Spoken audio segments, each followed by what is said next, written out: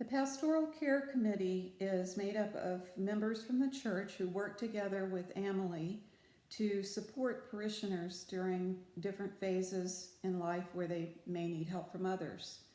We help people who have just given birth. We help those who are experiencing illness themselves and sometimes in their families, and people who are experiencing bereavement.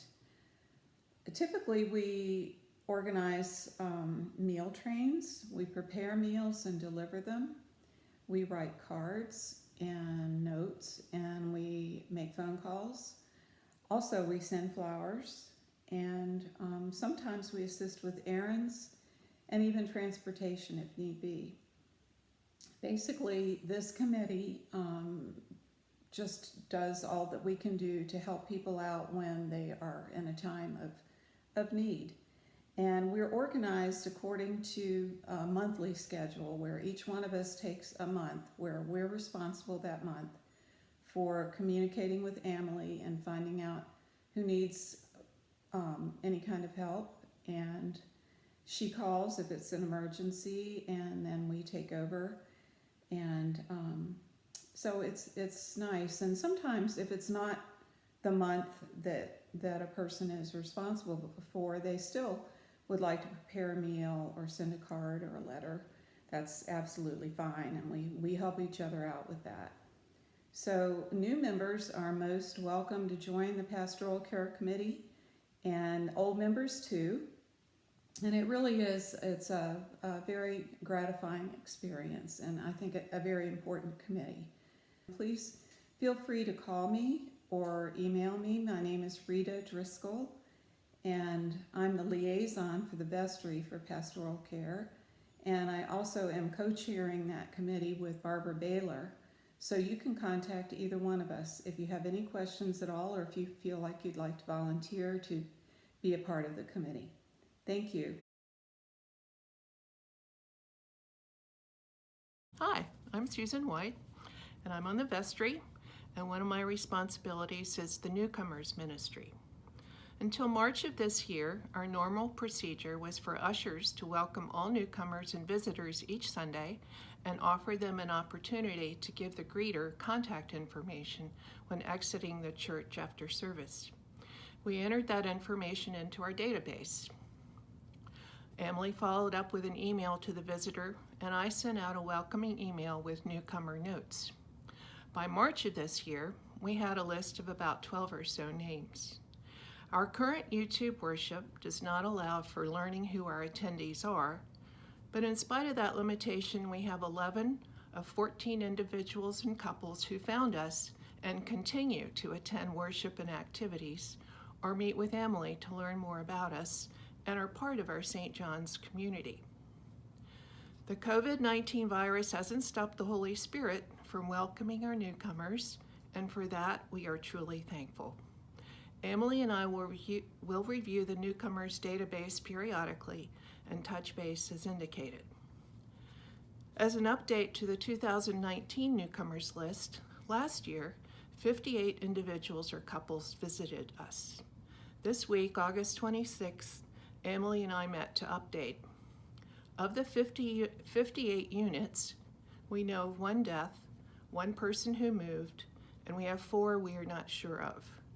29 individuals and couples continue active at St. John's in one way or another. I will follow up with the 4 we haven't had much contact with to see how they.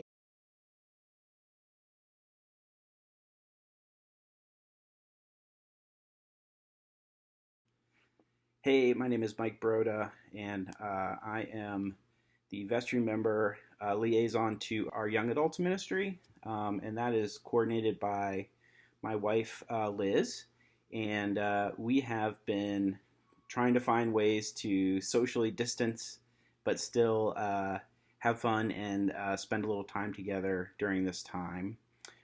Usually that takes the form of online game nights, or we had a few kind of socially distanced picnics and other sorts of things. So that's been a great resource during this time. If you're interested in that, we'll be glad to get you connected with our GroupMe app and other resources for staying connected to the young adults. Fellowship creates opportunities for God's people to come together whenever the church gathers in a social setting. Fellowship makes the event delicious and hospitable by celebrating God's love and joy of faith, providing opportunities for individual and group spiritual growth and renewal, caring for each other, supporting and nurturing relationships, and providing fellowship opportunities, inviting others to join us in the life and work of the church, and joining others to work for the life of the community.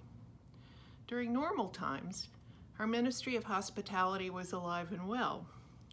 This included coordinating the parish hall and kitchen supplies, planning for receptions for special events, such as funerals, concerts, and hymn sings, along with the following: weekly Sunday coffee hours, annual congregational meetings, Shrove Tuesday pancake suppers, Lenten suppers and programs, chili cook-offs, Easter Sunday meals, newcomer parties, Stars and Stripes picnics, homecoming brunches, bishop brunches, pledge-in gatherings, and after Christmas brunches. We had normal times until middle of March this year. Up until that time, our coffee hours were proceeding well.